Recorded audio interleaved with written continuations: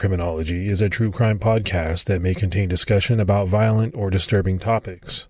Listener discretion is advised.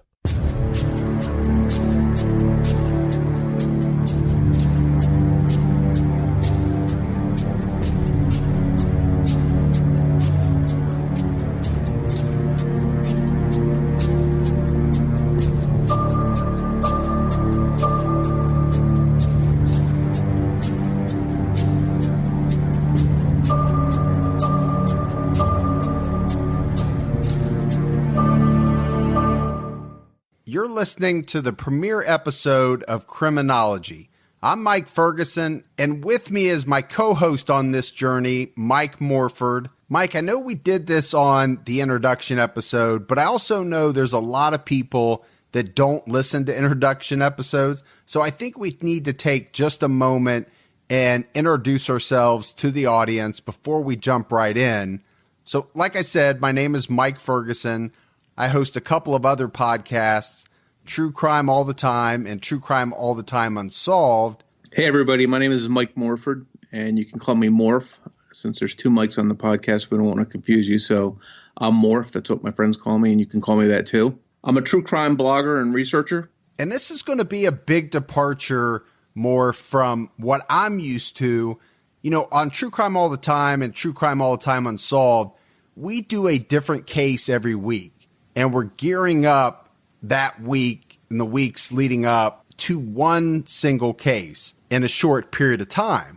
Now, what you and I have chosen to do is take the deepest dive possible on some of these unbelievably fascinating cases. And to do that, it's going to take us 6, 8, 10 episodes, depending on the case. But that's how much time that we believe it takes to give every single detail, not to leave anything out. And for our first season, we chose the infamous Zodiac case. And Morph, I think we have to talk a little bit about why we chose it. So this is a case that Mike and I know a lot about. You know, as far as myself, I've been researching the case for over a decade. I run a site called ZodiacKillersite.com.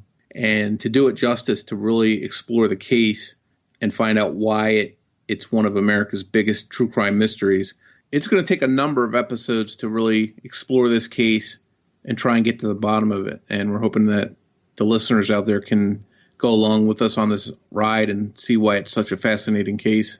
And I'm really looking forward to it, Morph, and I'll tell you why. I mean, there's a lot of great podcasts out there. Some of them have done Zodiac, but nobody has done the number of episodes that we're going to do, and as good a job as they may have done in one episode, 2 episodes, 3 episodes. There's just no way that you can get all of the pertinent information about this case. It's just too big. So for anyone that's not familiar with the case, let's just do a quick synopsis. The Zodiac was a serial killer operating in the late 60s and the early 70s in the San Francisco Bay Area of California. But Zodiac is not your typical serial killer because he becomes a publicity seeker, interacting with the press and the police. So what ends up happening is that the crimes themselves become just one part of the story of the Zodiac. But we're going to look into the entire story of the Zodiac, not only the crimes, but we're going to be talking about his communications with the police. We're going to be talking about the possible suspects. We're going to dive into the clues that surfaced along the way. But by the end of this season, our hope is that you're able to form your own opinion, draw your own conclusions about this Zodiac case. So Morph, we have to start at the beginning, right? Where else would you start? This case is going to start out in 1968 on the outskirts of Vallejo, California, about 30 miles northeast of San Francisco. It's a blue-collar town. Back then, had a population of about 65,000 people. It was home to a lot of military personnel, retired military, ship workers, welders, oil refinery workers, I mean, it doesn't get much more blue collar than 1968 Vallejo. Like a lot of other towns, Vallejo had its good sections and it had its bad sections. But the crime rate overall in 1968 was pretty low. They didn't have a lot of major crimes. What the town did have was some light gang activity. It had a lot of fights, some burglaries and drug busts, but very few murders. Now compare that to today, have a lot more crimes involving murder. But in 1968, this was a pretty peaceful town. And this was also an era when, life was a little bit easier, a little more laid back compared to today's fast-paced life. But Morph, all of that was about to change on December 20th, 1968. Just a few days before Christmas, two young local teenagers, they were on their very first date, were found murdered without any apparent motive. And at the time, nobody realized what was at hand and that these murders would begin one of America's greatest and most puzzling unsolved mysteries. So the two teens that were killed on December 20th, 1968 were 17-year-old David Faraday and 16-year-old Betty Lou Jensen. Dave was a senior at Vallejo High School, and Betty was a junior at nearby Hogan High. David was a good kid with a good reputation, and he was active in the Boy Scouts. Dave was the oldest of three kids, and his parents were Thomas and Jean Faraday. Betty was the daughter of Vern and Virginia Jensen, and she had an older sister, Melody. The two teens had met at a party and had been seeing each other unknown to Betty's parents, who didn't want her to date yet. Betty's parents had finally given her permission to go out with Dave, so they were both excited to go out on their first official date. Betty's parents gave the two an 11 p.m. curfew, and the pair told her parents they planned to go to a Christmas concert. But they skipped the concert and wound up out on secluded Lake Herman Road on the outskirts of Vallejo. Dave had told friends that on that night, he planned to ask Betty to go steady with him, and he wanted to give Betty his class ring. And Morph, if you think back to the 60s, that was a big deal. To give your class ring to a girl, that really meant something. I think at this point, we need to talk about Lake Herman Road. It was a 6-mile stretch that connected the towns of Vallejo and Benicia. It was a lightly traveled road. It didn't have many street lights. On top of that, there were not many homes on the road, with the exception being a few ranches and farms. Now, there was one particular parking spot along Lake Herman Road, and this was a spot where teens would park to have some privacy, make out, hold hands, smoke pot, whatever teens were doing back in 1968. Now, I say parking spot, but it was really a turnout from the main road. It turned onto a dirt road that led to the Benicia pumping station. And this dirt road was blocked with a locked gate to ensure that cars could not enter. And teens would park right in front of this gate. On the night of December 20th, Dave drove Betty in his parents' 1961 Rambler, and they arrived around 10 p.m.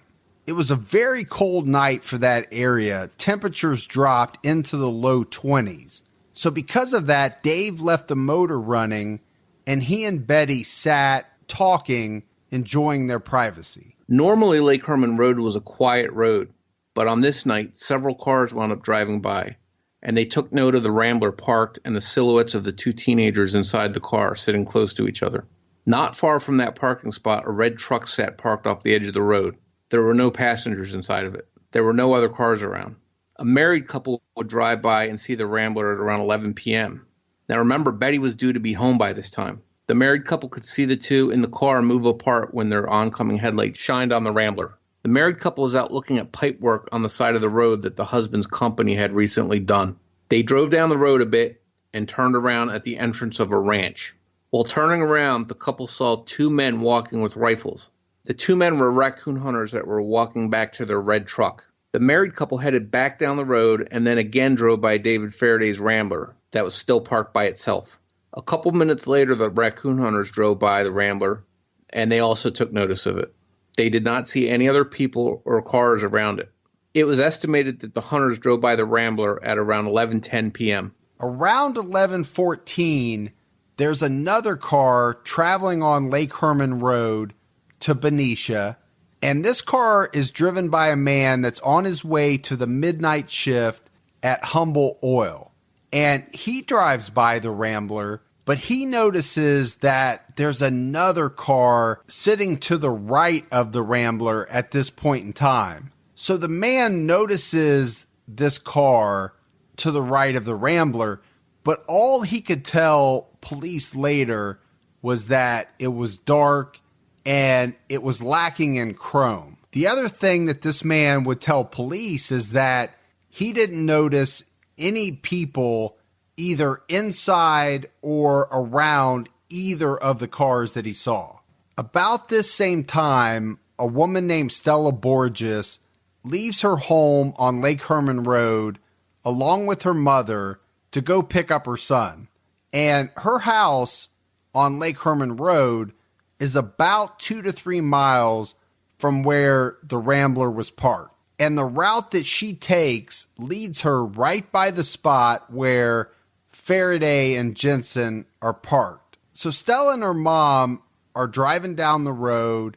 It's dark, and they come around a big curve right in front of the turnout. And it's about 11:20 as their headlights shine on the turnout as they round the bend. And it's at this point that the two women see a horrible sight. Betty is lying on her side on the edge of Lake Herman Road, 28 feet from the Rambler, which is still parked in the same spot. Now, the other thing that they see is Dave lying on the ground close to the car. But what they don't see is any other car in the turnout. Now, as you can imagine, these two women are horrified. And Stella takes off, speeding down the road, headed toward Benicia, and she's able to flag down a police car within 5 minutes. So we're at 11:25 now, and they race behind her in their patrol car. And they all arrive back at the scene at 11:28. So the two officers on the scene are Officer Pitta and Officer Warner of the Benicia Police. And they get out of their patrol car and they start to examine the scene. What the officers see first is Betty Jensen lying face down, and they would note this in their report. It was evident that Betty was dead. She was lying in a large pool of her own blood. Now, Stella Borges is still at the scene. She's talking to officers, and she explains to them that when she had first driven by, what she had seen was Betty on her side. The most likely explanation for this is that Betty was still alive when Stella Borges first drove by, and that's why she was on her side. But by the time that the police get to her, she has passed and is now face down. It turns out Betty had been shot 5 times in her back. Pitta now went over to look at David, and although it seemed like he was dead, Officer Pitta detected breathing. Pitta got on the radio and called EMS and anybody else that could get out to the scene to assist. Other Benicia officers arrived and eventually an ambulance. They loaded Dave into the ambulance and raced him to nearby Vallejo Hospital, but he would be pronounced dead on arrival. The Solano County Sheriff's Department actually took the lead in this case as the crime happened in their jurisdiction, and they showed up to investigate. As in typical crime scenes involving bodies, they drew white chalk outlines around the spots where the bodies had been. They examined the scene and found several shell casings. They had come from .22 caliber Winchester Western Super X long rifle ammo. The scene was handled by Officer Russ Butterback and Sergeant Les Lundblad, who was in charge. Sergeant, could you briefly describe what apparently happened last night? Yes, we had a double homicide that took place out on a county road about sometime after 11 o'clock last night. A double homicide involving victims were a 16-year-old girl and a 17-year-old boy. How did this incident occur, apparently? Well, they were shot. What were the circumstances involved? Possibly they were ordered out of the car by the responsible, and the boy was shot right at the side of the car, and the girl apparently tried to run, and she was shot and found 28 feet further on. There was one bullet hole that penetrated one of the windows of the car. Was this a stray bullet, or was this one of the bullets that hit the victim and went on through? This could be a stray bullet or a warning bullet of some sort that we can't connect it with the bodies, but it's the same type of shell. Do you have any idea what the possible motive might be for this killing? We have no motive at this time. When Dave's body was unloaded at the hospital, the ring that he had planned to give to Betty was found wrapped tightly in his fingers. Back at the crime scene, it was discovered that a shot had been fired through the roof of the Rambler, and police theorized that this shot was fired in an effort to get the kids out of the car. It appeared that both kids were forced to exit out of the passenger side of the car. Betty would have exited the car first, as she was sitting on the passenger side with Dave behind her. When Dave stepped out of the car, he was shot very quickly at almost point-blank range behind his left ear. At some point, Betty took off running towards the road and was shot 5 times in her back as she ran. As police investigated, they saw no signs of sexual assault. There were no signs of robbery. Investigators would secure the crime scene for the night, and it would not be until the next morning that the timeline of the murders would start to become clear. So the next morning on December 21st, the police are working the crime scene again. At about 8:15 a.m., James Owen, the Humble Oil employee who had driven by the scene the night before, was on his way home after his midnight shift. He stopped by the crime scene and gave a statement to police. Owen recounted that he had driven by the scene the night before and saw 2 cars parked about 10 feet apart. Dave's on the left and a second darker unknown car on the right side of it. He didn't see anybody around the cars, and he didn't see anything unusual. Owen suggested that they check with a coworker of his that sometimes drove down Lake Herman Road to work. Unfortunately, Owen couldn't provide much in the way of details. As it turns out, this wouldn't be Owen's only contact with the police. A few days later, they would have him come in again for another statement based on some inconsistencies. So police are working to identify anyone and everyone that may have witnessed the murdered couple that night. They're also trying to find anyone that was in the area the night of the murders, and they located several witnesses that were able to shed some light on the events that took place that night. One witness was a farmer who had been tending to his sheep in a field near the crime scene the night of the murders. And what he would tell investigators is that at about 10 p.m., he had seen an unoccupied white Impala parked in the same exact spot as David's Rambler would later be found. So investigators would end up talking to the 2 raccoon hunters as well. The hunters would say that they parked their red truck on the edge of Lake Herman Road, a short distance from the turnout, right around 10 p.m. They would go on to say that they had also seen the unoccupied white Impala, essentially the same exact story that the farmer had told. And this white Impala is very important because it's going to come up again later on down the road in this case. The investigators also questioned the married couple, and they shared their timeline of events as well. So after talking to all of these different witnesses, the investigators are starting to put the timeline together. The hunters say that they left the scene about 11:10 p.m., and they saw the Rambler all by itself with 2 figures inside.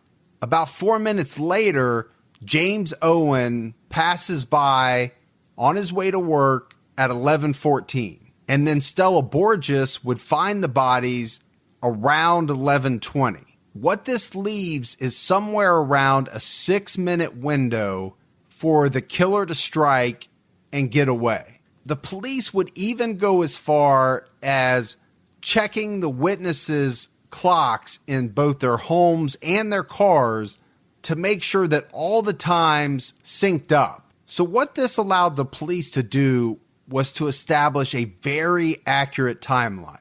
So on the next day, December 22nd, 2 days after the murders, a young man named William Crow came forward with a frightening account of something that happened to him on the night of the murders. William Crow stated that on the night of the murders, December 20th, at about 9:30 to 10 o'clock, that he and his girlfriend had been testing out her new sports car. He was checking to make sure it didn't have any problems, and he was driving. He pulled into the very spot where Faraday and Jensen would be killed later on, and parked facing out to the road the opposite way in which Faraday had parked. Crow said they were there a few minutes when a car came around the bend and he noticed its headlights. As the car went by, it slowed down and stopped, and then its reverse lights came on. He thought it was a blue Valiant. It looked like there were two men inside. Crow didn't feel comfortable, and something told him to leave, which he did. He pulled out and took off at a high rate of speed, and the other car followed after them. Crow made a sudden turn onto a small road off Lake Herman Road, and the other car kept going. He could give no further details, but this was very close to the time when Dave would pull into the same exact spot. Now, the police had some initial suspicion regarding James Owen. He was, after all, the last person to pass the scene before the bodies were discovered. So on December 24th, 4 days after the murders, police reach out to Owen again about some of the things that he had said in his initial statement. And this time, multiple things changed in his account of what he had seen the night of the murders. Owen stated in this interview that the mystery car that he saw was parked about 3 to 4 feet away from David Faraday's Rambler. In his previous statement, he had said that it was about 10 feet apart. And then Owen dropped a bombshell because he stated to investigators that after he drove about a quarter mile past the crime scene, he thought he heard a gunshot. And to me, Morph, this is kind of mind-boggling that Owen makes this statement in his second interview, but it's completely left out of the first. Yeah, I agree with that. I think it's really weird that he's giving his first statement to police at the crime scene with two chalk outlines of where the bodies were laying on the ground. He knows they were shot, yet he doesn't mention hearing a shot after he drove by. Kind of has me scratching my head, too. On December 26th, 6 days after the murders, investigators would follow up with the hunters again, but they would state the same information they had already given. They had no new details. The Solano County Sheriff's Department ends up asking both James Owen and the two raccoon hunters to hand over any .22 caliber rifles that they own. They want to make a ballistics comparison of any rifles that they own against the possible murder weapon that was used to commit the Lake Herman Road murders.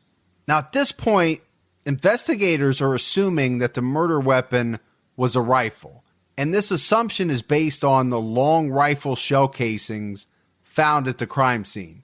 One of the hunters handed over a Marlin .22 rifle, and James Owen handed over two different .22 rifles. One was a Remington and one was a Ruger. Eventually, investigators would complete their ballistics comparisons, and they would be able to determine that none of these three rifles could have been the murder weapon used to kill Faraday and Jensen. Now, later ballistic tests are going to show that the gun used to kill Faraday and Jensen was either a J.C. Higgins Model 80 or a High Standard 101. Both of these firearms are .22 caliber handguns. They're not rifles like investigators originally theorized. The J.C. Higgins .22 was identical to the High Standard. It was actually made by a High Standard and marketed exclusively at Sears under the J.C. Higgins name. These .22 handguns were capable of shooting long rifle ammo, the same type of ammo that was used to kill Faraday and Jensen. So it seems obvious that the police had some kind of suspicion of the hunters and James Owen. After all, they asked them for their guns to be handed over their rifles. The hunters had each other as an alibi, and they left before James Owen came along. So they seemed to be in the clear. There were some troubling issues and inconsistencies in James Owen's statements to police. On the surface, he seems like he could be considered a suspect and not just a witness. However, some things did not line up with him possibly being a killer. Owen was a family man with no criminal record. He was recently retired from the Air Force after 20 years of service, and he was a supervisor at Humble Oil. Nothing would seem to suggest that he was involved in the murders, and he never was officially looked at as a suspect. The investigators continued to track down every tip and rumor. There was one rumor about a boy that liked Betty Lou Jensen, was jealous of David Faraday, and had made threats against David to use brass knuckles on him.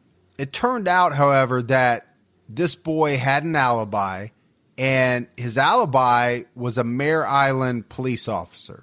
Another rumor that was floating around was that David Faraday was a narc who had turned in a local drug dealer.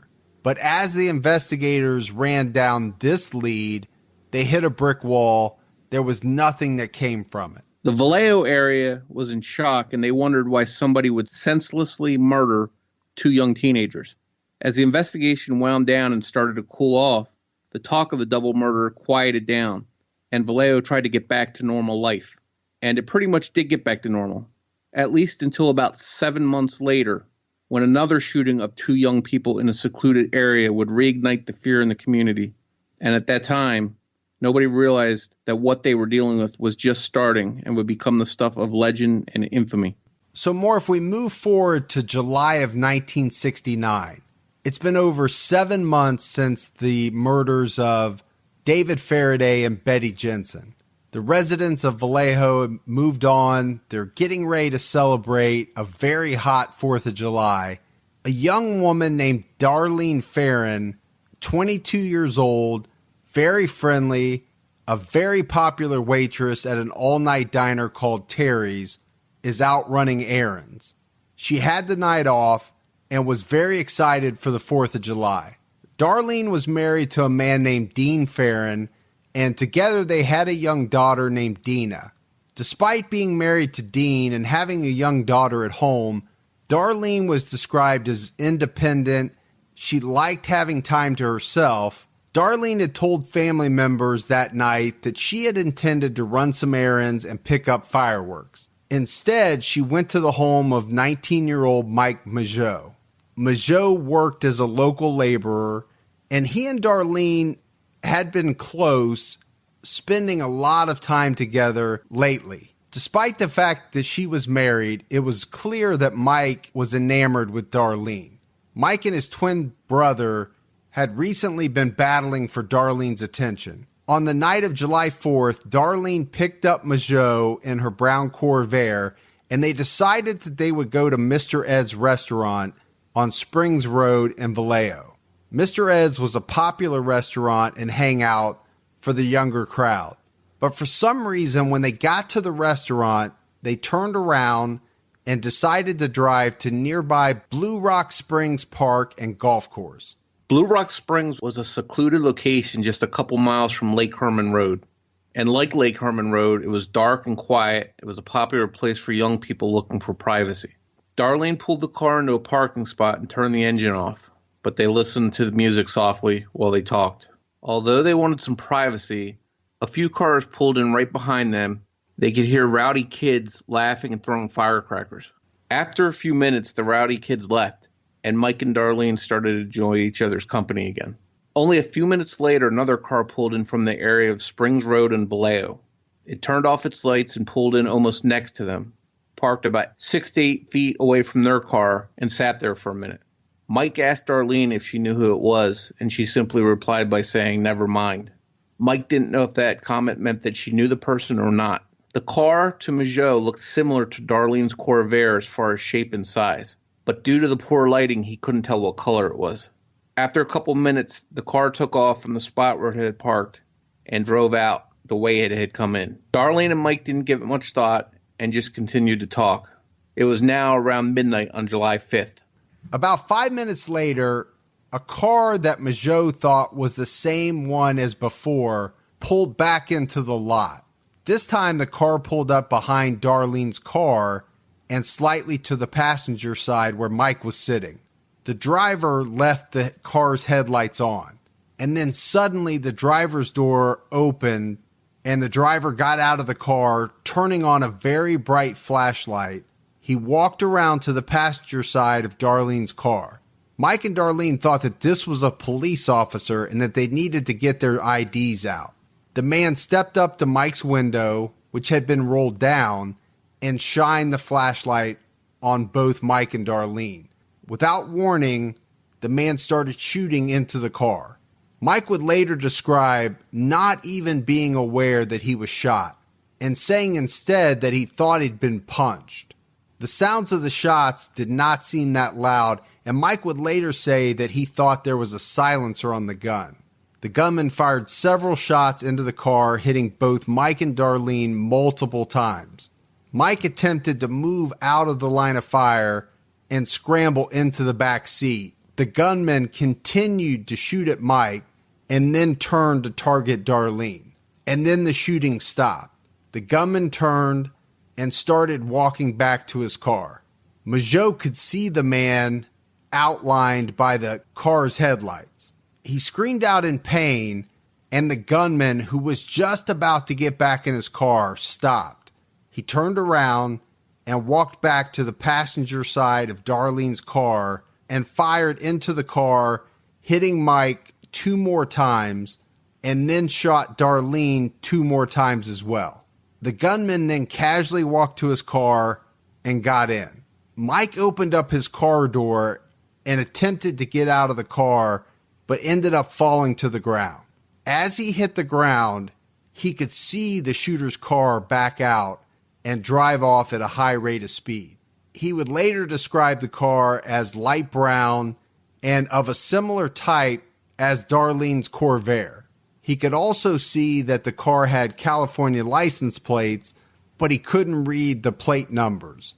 At the same time all of this was happening, the Blue Rock Springs groundskeeper's son was lying in bed at their house, and this was about 800 feet from the scene of the shooting. He would later recall hearing a couple of shots and then a few more shots later, and he could tell that these were gunshots.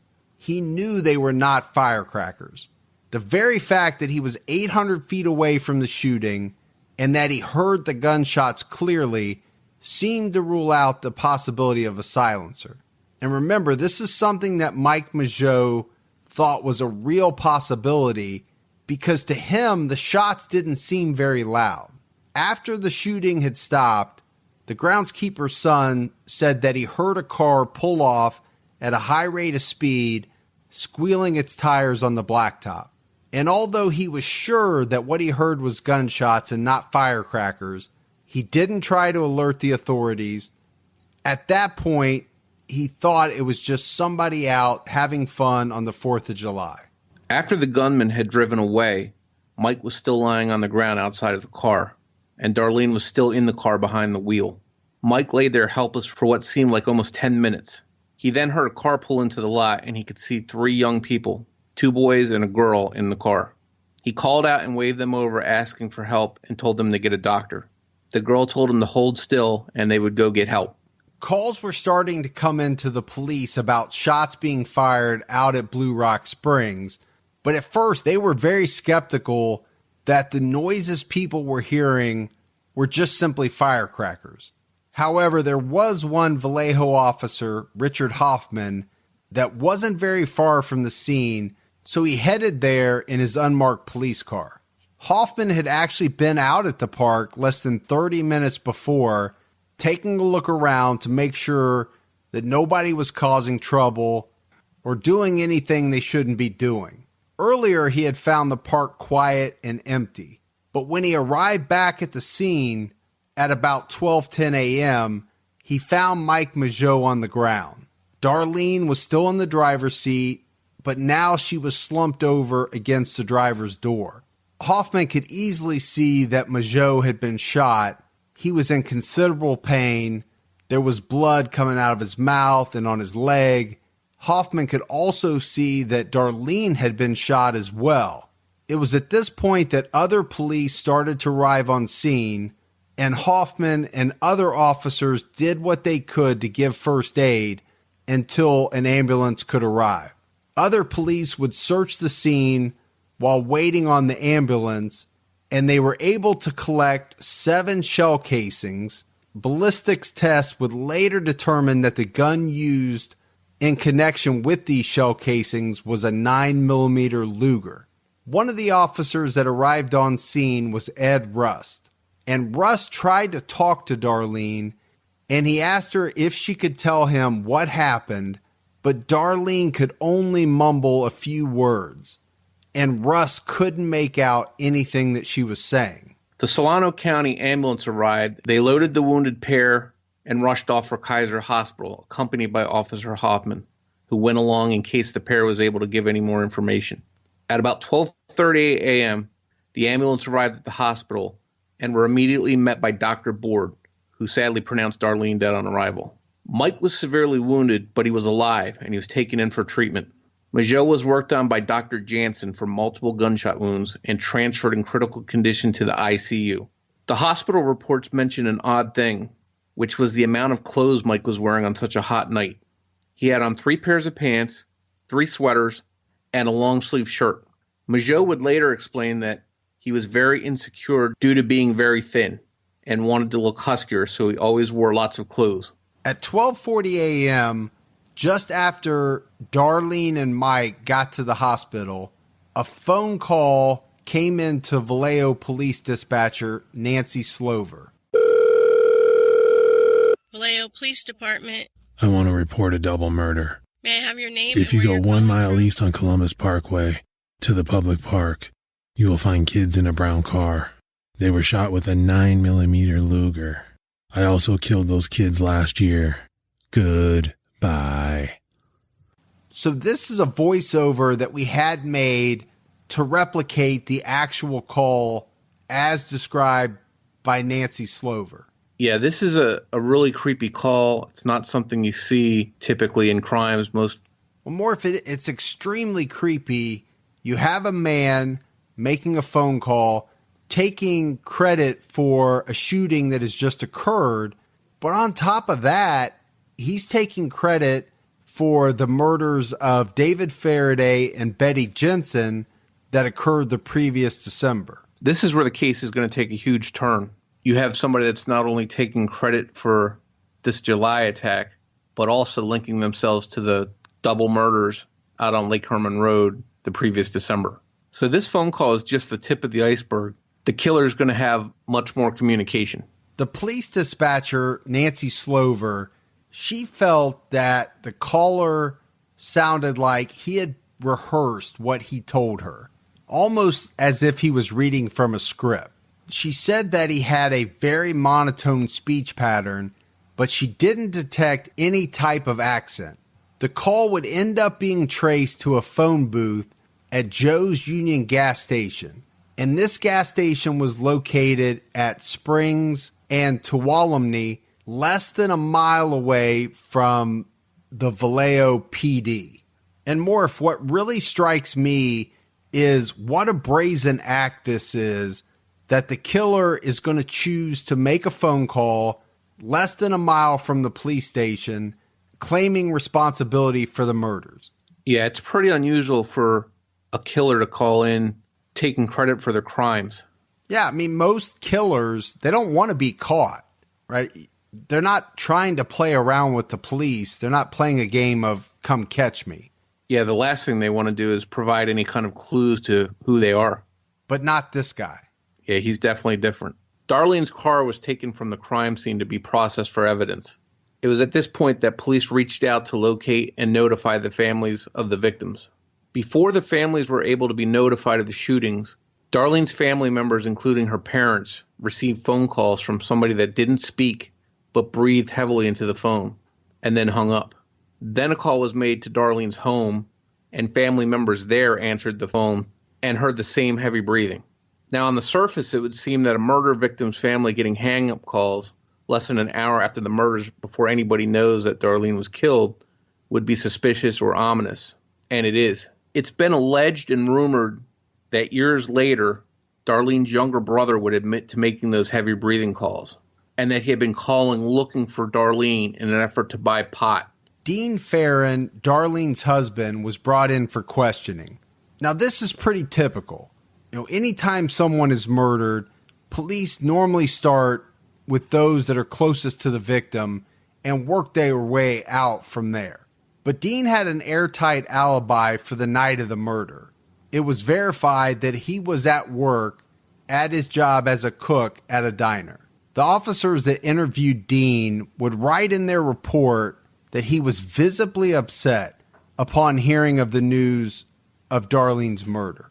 But he couldn't shed any light on why somebody would kill Darlene or who it could have possibly been, and Dean was quickly ruled out as a suspect. On July 6th, police were able to talk with victim Mike Majot at the hospital.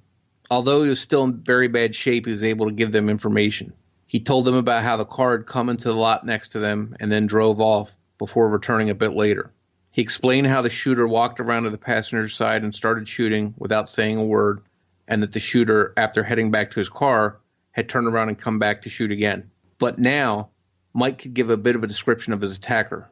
Majot told the police that the shooter appeared to be around 5'8" and was heavyset, beefy but not blubbery, maybe 200 pounds or more, and he had a large face. He thought the attacker had curly hair and was perhaps 26 to 30 years old.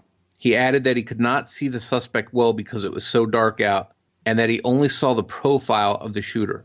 At this point in time, the police were focusing their investigation on revenge or jealousy as being the motive for the murders.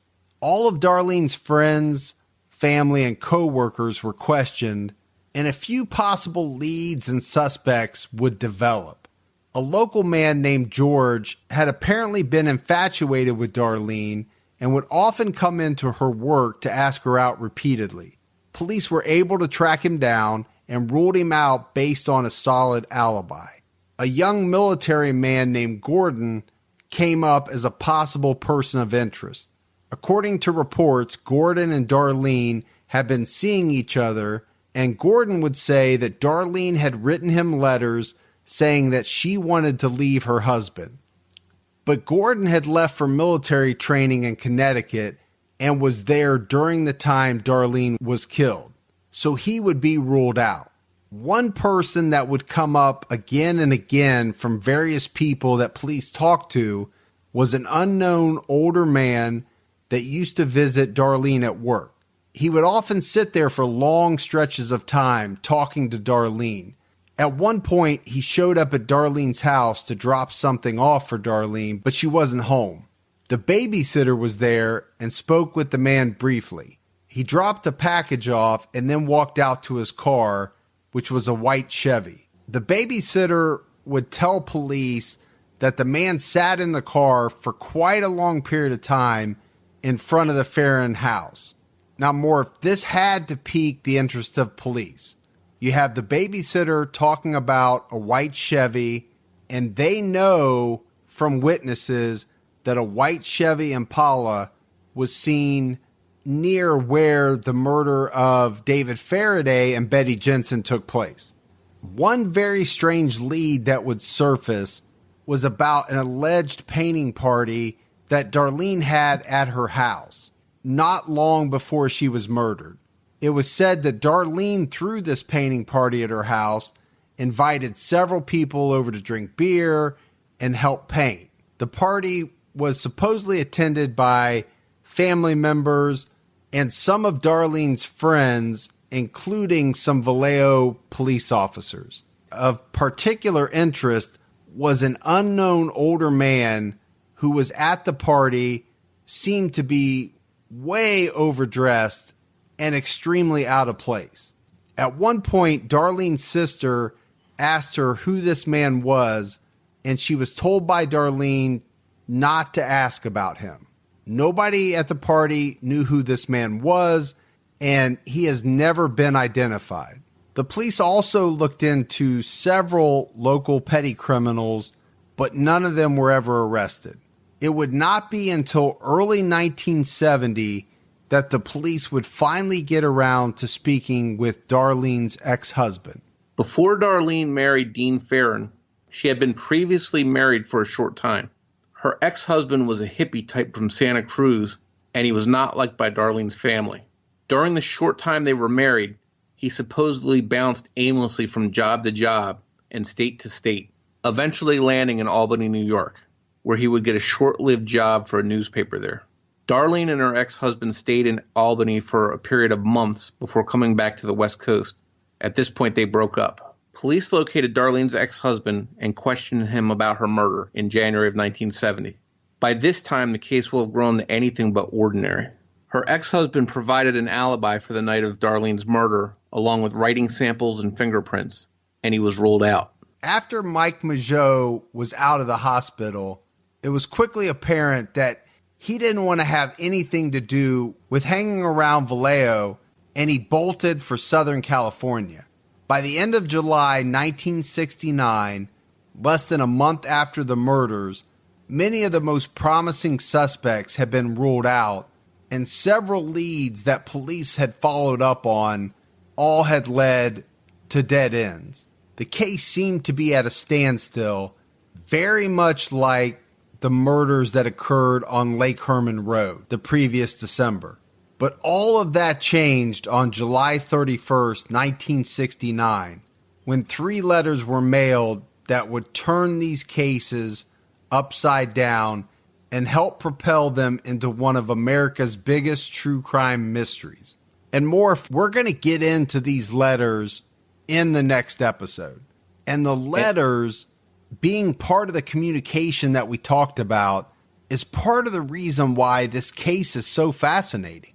Because I think just like the call, the letters are a killer reaching out to the police, taunting them. And you just don't hear about that very often.